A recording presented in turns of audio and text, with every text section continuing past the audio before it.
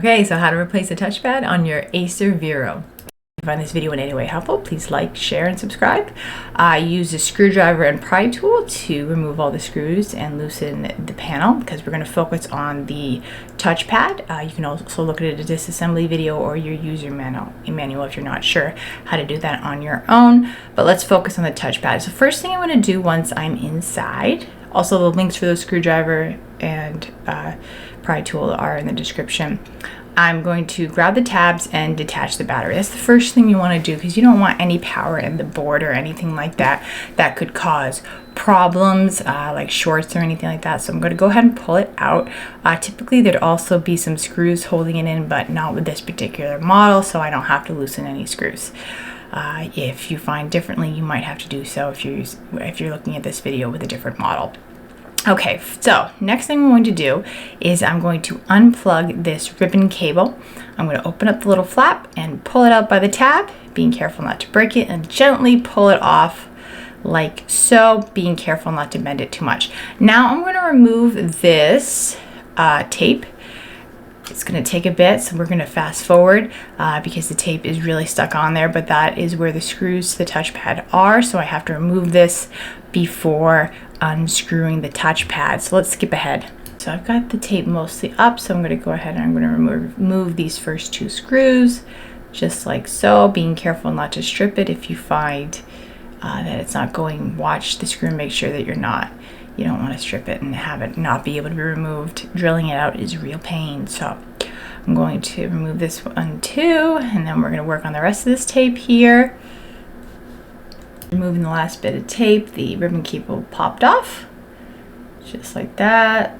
And now I'm going to remove this last screw, but just so you can see what it looks like, I'm going to plug it back in so you can see how to remove it otherwise, like so. And then you would just lift up on the little black flap and gently pull it up, like so. Okay, so now that I have this loose, we're going to go ahead and pull it out. You do this by flipping over the laptop, and what you're going to do is you're going to take two of your fingers and you're just going to push on the touchpad from behind, and it pops right out.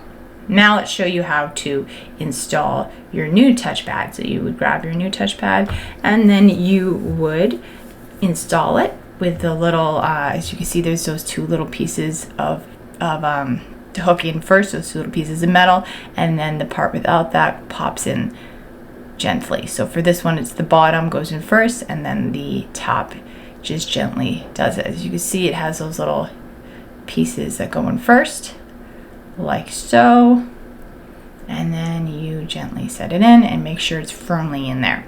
Now let's flip it back over once again, and now we're going to screw those back in. So I'm going to take a screw like so. And now a helpful hint, you can magnetize any screwdriver by leaving on a powerful magnet for 20 to 30 minutes. Just like so. I'm going to pull back this tape and I'm going to set it on there, but as you can see, the touchpad immediately falls down. So I'm going to set two fingers under there and I'm going to push it up while screwing it down, like so. And I'm going to have to do this each time, which is where the magnetized screwdriver really comes in handy.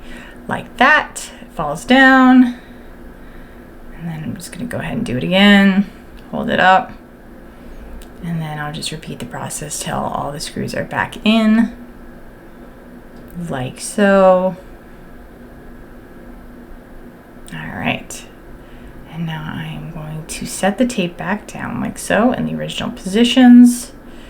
Also, I had a piece that kind of fell off, so I'm just gonna place it back on there, like so. It's a little ugly looking, but we're gonna work with it.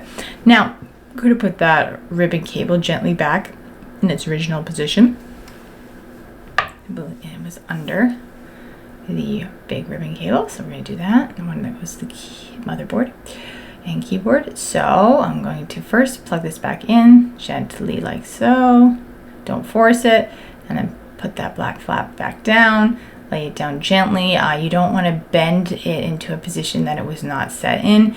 That can ruin the ribbon cable. I'm going to open this back up, gently place it in, and then set the flap down.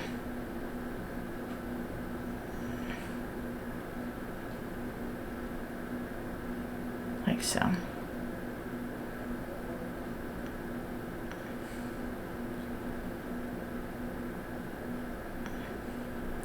Lay that back down. And now we're going to do the battery real quick, and we're looking pretty good to go. Get back in, and then I should test it before I'm going to put the panel on and then test it before I screw it down and close it back up. Anyway, from one egghead to another egghead, this is Liz signing out.